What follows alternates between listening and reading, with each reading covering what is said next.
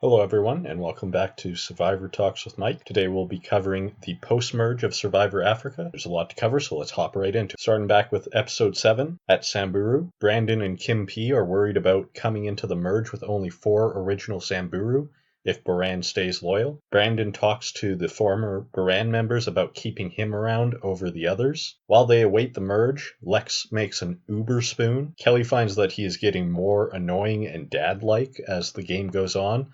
Says in a perfect world, she would vote him out, but she'll need to be aligned with him to continue on. Lex, Tom, and Kelly say they have their final 4 with Ethan all set up. They receive tree mail and think it must be an individual challenge for him. Over at Boran, Clarence is having a tough time with his digestion. While out trying to pass his chicken from the previous night, he fails to realize how close he was to some elephants and says if he got trampled, that would have been a really embarrassing way to go out. They have brunch and are surprised to find out Frank has never heard of brunch before. They go to the immunity challenge and merge with Samburu. At the immunity challenge, Kelly and Kim J drop out first, and they begin to plan out bringing the old Boran back together. Teresa sings Tomorrow from Annie and receives an applause from everyone else. The challenge goes on for 6 hours, coming down to just Clarence and Teresa. Teresa knows Samburu doesn't have the numbers, but Clarence is worried Boran won't stay loyal to him. They decide to do rock, paper, scissors, and Teresa wins, so Clarence drops out. They go back to Boran camp and get to have a feast and decide on the new tribe name. Everyone notices how antisocial Frank is as he goes off looking for firewood while everyone else is celebrating. They come up with the new name of Moto Magi, which is Swahili for fire and water. I think it's easily the best merged tribe name we've seen so far. Frank wanders off and finds an elephant. It seems he'd rather make an alliance with the animals than the people. He mimics the elephant, but I kind of had to laugh because it looked like he was just crop dusting. Before the vote, Lex pulls Clarence aside and tells him that the vote is on him, but didn't want to blindside him out of respect. Kelly says that she doesn't like that they are targeting Clarence because he's gotten a lot better since his incident with the beans in the first episode. And Tom says he doesn't understand why they are taking out Clarence while Brandon is still around. At Tribal Council, Clarence has full respect for Teresa for lasting so long in the challenge against him when he's a fit young athlete and she's a mother who's older. During the votes, Clarence votes for Lex, knowing he was going out, but wanting to make things a little tougher for Lex. He still respects Lex as a competitor. Lex says that he likes Clarence and it isn't personal. Clarence is just the biggest threat to him right now. Teresa also ends up voting for Lex because she had an agreement with Clarence. Clarence is voted out 8-2, but Lex is shocked to see a second vote against him. So my thoughts on Clarence, I really enjoyed him and I find him to be hilarious. And I'm surprised they never brought him back in any later season. He played at such a young age that they could still bring him back even now. It's too bad that he got such a raw treatment early on, but he seemed to recover well and was only taken out because of being strong. My review for this episode, this merge episode has one negative, but otherwise is really good. Delaying the merge an extra day didn't really add anything to the show, and just gave us a boring day of nothing really happening. But other than that, it's a fun episode. The challenge is great, with it coming down to Teresa and Clarence, which ends up having major ramifications for the rest of the episode and even the season. Even though I really like Clarence and will miss having him on screen, it was really smart seeing as they still have the numbers at a 5-4 advantage, and Clarence has shown how strong of a competitor he can be. Episode 7, I give a score of 8 out of 10. On to episode 8. Episode 8 is just the recap episode, so I won't do the full recap and review, but a couple notable moments that we get out of it that weren't shown in the actual TV series. Linda apologizes to Lindsay after making a comment about not being hugged by her mother. It made Linda look bad in the episode when it didn't show this apology, but it helps redeem her character a little bit now. And then also a scene of Tom and Brandon on fire and guard duty. Tom is curious about Brandon's lifestyle. It could come across as offensive, but Brandon doesn't seem to take it that way, and he doesn't see Tom as harmful. And they bond over farming. Brandon says that he probably has a lot more in common with Tom than a lot of the other people because he grew up on a farm. So now we'll move on to episode 9. Lex is talking to Kelly about who was the other vote against him. Kelly is annoyed by Lex's ego, but reassures him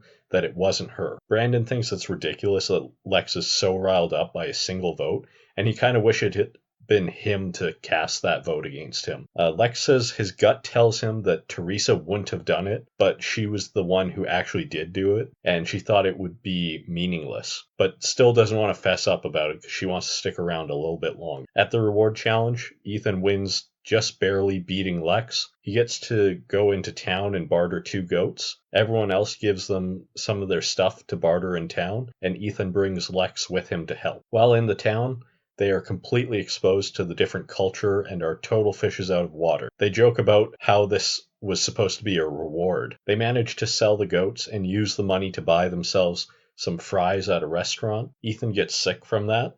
They then barter the other goods for knickknacks and snacks for the rest of the tribe. Ethan brought a hacky sack as his luxury item and plays with some local kids. He then gives one of the kids his hacky sack at the end. The entire experience seems to have a profound impact on Ethan, and he says that he'll always remember it. While they're away, Kim P starts working on Kelly to flip her over, though she says she's sticking with her original Boran tribe, while Teresa tries to bring the old Samburu tribe back together. They come back to camp and share all the goodies with the tribe. Lex notes that this has risen Ethan's stock in the tribe, and he deserves it. At the immunity challenge, Ethan wins once again, this time just barely edging out both Brandon and Tom. Back at camp, Lex has talked to Brandon, who tricked him into believing Kelly had flipped, so Lex recruits Brandon into their alliance to take Kelly's spot. Lex confronts Kelly, who realizes he's turned against her, so having no other choice, she goes to the old Samburus to join with them. Brandon is now in the power position of choosing whether to take out Kelly or Lex. At Tribal Council, we see that Brandon votes for Kelly. He says he made a promise to Lex, and he's probably going to bite it, but he's hoping to make the final 4 at least. And Kelly is voted out 5-4. So my thoughts on Kelly: she was a great character. She's smart and sassy and often very sarcastic. It sucks that Lex turned on her, but I think Lex was looking for a reason to vote her out anyways. He wanted to get down to the final 4 with Kim Johnson, but he'd already agreed to go there with Kelly, so he just needed some reason to turn against her. She's another one that easily could have been brought back at any point, and it would have been justified to see her again. It's too bad we haven't. I do know that she got into working for CBS as a casting director or something like that for them, for Survivor, so that might have conflicted with her ability to come back. My review for this episode: I love this episode. The reward with Ethan and Lex going into town is the highlight, but Lex's witch hunt with everyone else basically playing on his emotions is very fun as well. I have nothing bad to say about this episode, and I give episode 9 a score of 10 out of 10. On to episode 10. Ethan tells Lex that despite the outcome they wanted in the last Tribal Council, he isn't comfortable working with Brandon, and Tom doubles these concerns. Lex reaffirms them. If he hadn't gotten Brandon to flip, they would have been at the bottom. Brandon says it really was no decision for him because he doesn't want to work with Frank, even if that means that it's going to cost him his game.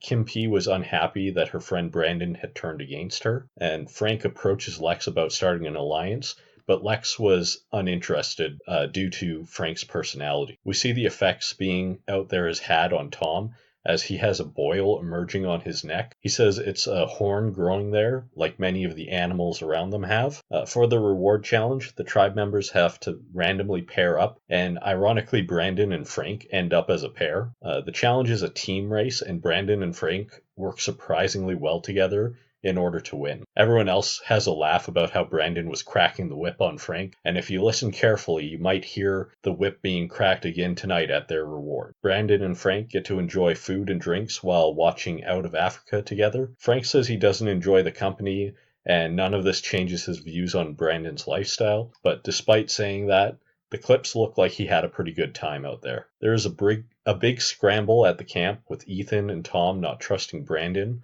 but Lex not wanting to turn on him. Frank approaches Tom to vote out Brandon, which Tom heavily considers. Brandon reassures Kim P that they will be friends for life, and he didn't turn on her, just on Frank. Kim Johnson says everyone that turned on their alliance eventually got gooned, so her priority is to stay loyal. At the immunity challenge, despite a strong effort from Kim P, Lex manages to win, which is timely for him as he feels the others might have turned on him. It seems to be down to either Brandon or Frank. We see Lex vote for Frank, saying that he has made time out there miserable. We then see Kim P vote for Brandon, saying that she doesn't trust him and doesn't know if they ever really had a friendship. It's really sad to see. Brandon is voted out 6-2. So my thoughts on Brandon: I thought Brandon was a lot of fun. He had a lot of sass and was more competitive in the challenges than you'd take him by appearances. He also brought an interesting dynamic with his morals and desire to make the show fun,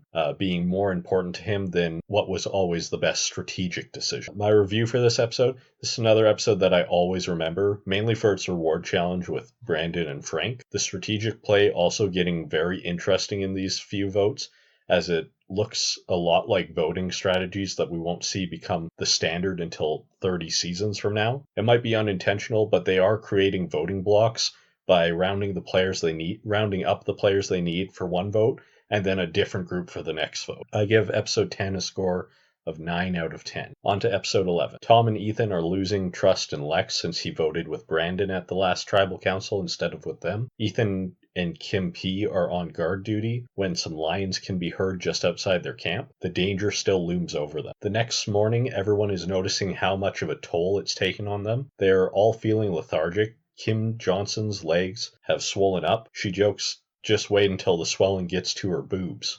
Tom has lost a lot of weight, and he's looking considerably skinnier than he did at the start of the season. They receive tree mail in the form of a pig. Tom leans over and asks what's the difference between him and the pig, and the answer to that being that the pig doesn't have a boil. It's the Survivor auction where we see everyone seems to get something out of it, but Tom really cleans up. At one point, he gets breakfast to share with Ethan, which he celebrates that Ethan won't eat the ham because it's not kosher. Lex notes that the auction showed who were all close. Him and Kim Johnson, Ethan and Tom, Frank and Teresa, and it left Kim P without really anyone to go along. Back at camp, everyone takes note of how Tom plays up being the big dumb redneck, but is smarter than he appears. He's apparently a Checkers shark, from what they showed us. At the watering hole, Tom is pouring water over the girls for them to shower. They don't mind him sneaking a peek because they see him as harmless. Lex notes that Tom could get away with murder. Ethan says they are all pretty comfortable with each other. Like a family, it makes it tougher to vote someone off. At the immunity challenge, Lex nearly blows his lead when he drops a leather strip, but he manages to find it before Frank could get ahead of him. Back at camp, Teresa tries to get Kim Johnson to see that Ethan is going to win at this rate if she doesn't turn against him. She probably should have targeted Tom, however, as Kim Johnson says she can't turn on. Frank is trying to be more social, but his opinions rub people the wrong way and just push him further into a hole. At Tribal Council, everyone votes against Frank, even Teresa. So my thoughts on Frank: I really don't agree with Frank or like any of his views or his treatment of Brandon, but I think he adds an interesting layer to the season, and we do occasionally see his sensitive side as much as he tries to hide it, and that just makes him a little bit more endearing as a character. My review for this episode: the boot for this episode is very obvious, but otherwise it's a very fun episode that has a heavy focus on exploring Tom. We really get to understand why, even though he says some things that are offensive, everyone seems to like him anyways. The auction is awesome and is a tremendous improvement on the previous season's auction. Overall, just an entertaining episode. I give episode 11 a score of 8 out of 10. On to episode 12. This episode hurries right into the reward challenge, a quiz with loved ones. The loved ones sent in videos where they answered quiz questions from home, and castaways have to try to match their answer. Lex ends up winning and takes Tom with him on the big show stopping reward of the season, a safari and resort in the Masai Mara. They skip off together onto a plane. They go on the safari and see all kinds of animals such as wildebeest, zebras, hogs, lions, and giraffes. They come back and have a big meal. Tom is excited to get some meat in him. They then get to have some drinks. Lex says he's never drank with a mustache before, and Tom says he's never drank with a hippo before. Tom has a little bit too much to drink, so Lex helps him to bed. They are up early the next morning, and Tom is hungover, but seems to have a shockingly quick recovery time, and is right back to his energetic self. They get to go for a hot air balloon ride, where they get to see Kenya's wilderness from overhead. They see a lion chase down and kill a wildebeest. They return to camp, and Teresa is worried about her and Kim P's chances since they are the last remaining Samburu. At the immunity challenge, Tom gets a hang of the challenge immediately and dominates the whole way through, winning his first immunity challenge. Teresa once again tries to get Kim Jae to flip and vote out Lex this time, which she considers, but they will need to get Tom to vote with them. Tom says he still feels irritated that Lex voted with Brandon before, but at Tribal Council he says that he is forever indebted to Lex for bringing him on the adventure of a lifetime, putting to rest any thoughts that he would betray Lex. Kim P is voted out 4-2. My thoughts on Kim P: she seemed like a very sweet and happy person. We didn't get too much from her, but what we did get was always pretty good. My review for this episode: there isn't much in terms of strategy or gameplay in this episode, but this is an episode that has always stuck with me just because of the reward. The Loved Ones challenge was also pretty good and helped to learn more about each castaway. There's even a little mini arc learning that Lex used to drink irresponsibly when he was in college, but now he was the one taking care of Tom who drank too much. This might not be everyone's cup of tea, but I personally love this episode. I give episode 12 a score of 9 out of 10. On to episode 13. Once again, everyone is feeling drained. An elephant had soiled their watering hole, but seeing as nothing could be done, they went about their usual routine. Tom noted how disgusted he was by Kim Jae washing herself in the dirty water. A chicken got loose, and while Teresa chased it around, Tom just laid and caught it by both its feet when it came near. Tom and Ethan then joke about eating it alive right there and wrestle over it. They then receive letters from home. It lifts their spirits. The reward challenge is a word search, and Lex wins a Chevy Avalanche, and he gets to deliver supplies to a nearby hospital. Jeff explains that Kenya had a serious AIDS problem. This made Teresa emotional, and she says that her brother had passed away from AIDS. It made me wish she had gotten to go with Lex. Lex gets to the hospital and has fun playing with the kids there. He says it reminded him of his own kids back at home. Back at camp, the others are getting jealous of Lex winning so much. Kim Jae is starting to plot against Lex with Teresa. She approaches Ethan about it, but he is hesitant to go against his alliance. When Lex returns, Kim tells him that people are jealous, but he has nothing to worry about. At the immunity challenge, it is a combination of past challenges, so to nobody's surprise, the person that's won the most of them wins this one, as Lex wins his third immunity. Trying to shake things up, Teresa confesses to Lex that she had been the one that voted for him, and Kelly back in the Clarence Tribal Council hadn't been a part of that. Her and Kim then both tell him that Tom had been scheming against him. In the end, it doesn't work, however, as Teresa is voted out 4-1. So my thoughts on Teresa: T-Bird is great, and she played really hard the whole time and was able to make bonds with everyone. Even the younger Samburu members seemed to like her. Everyone around seemed to enjoy her company, and every round she was trying to find a way to flip things into her favor. She made a lot of gameplay that didn't pan out, but would be similar to winning strategies in later seasons, and she always played this hard without ever compromising her morals. Review for this episode is this episode does feel like a bit of a dip compared to previous ones, as it didn't seem Teresa had any chance at this point to make things more interesting. The reward to go to the hospital was nice, but it didn't have the grandiose nature of the previous ones. I give episode 13 a score of 7 out of 10. On to the finale. After returning from Tribal Council, Lex still isn't happy about finding out that Tom was saying that it would be okay for the others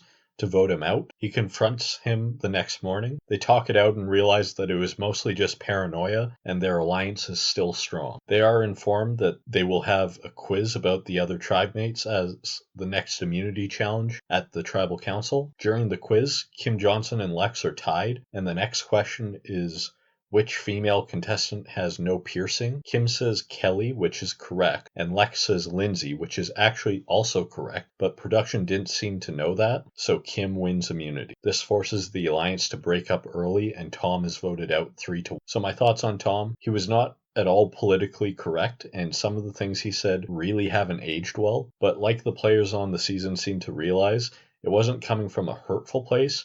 He's just ignorant and at times actually seemed willing to learn and grow. So hopefully he has. He always had a positive attitude, and I'd imagine having someone like that out there could really help with passing the dull days. On to the next bit. Early the next morning, Jeff shows up at camp to take them to their rites of passage. Lex informs us that he was up about 12 to 13 times throughout the night with diarrhea. We hear from each of the former castaways, and then they move on to a ceremonial ritual put on by real Samburu tribesmen. It's really cool to see, but I imagine with how low they are on energy, the dancing and hopping around wasn't easy for them. The challenge is the hands on a hard idol challenge, where they just have to stand on poles with their hands on the idol for the longest time. Throughout the challenge, we get the elapsed time and the rising temperature. Ethan loses concentration and drops out first. Then after 3 hours and 20 minutes,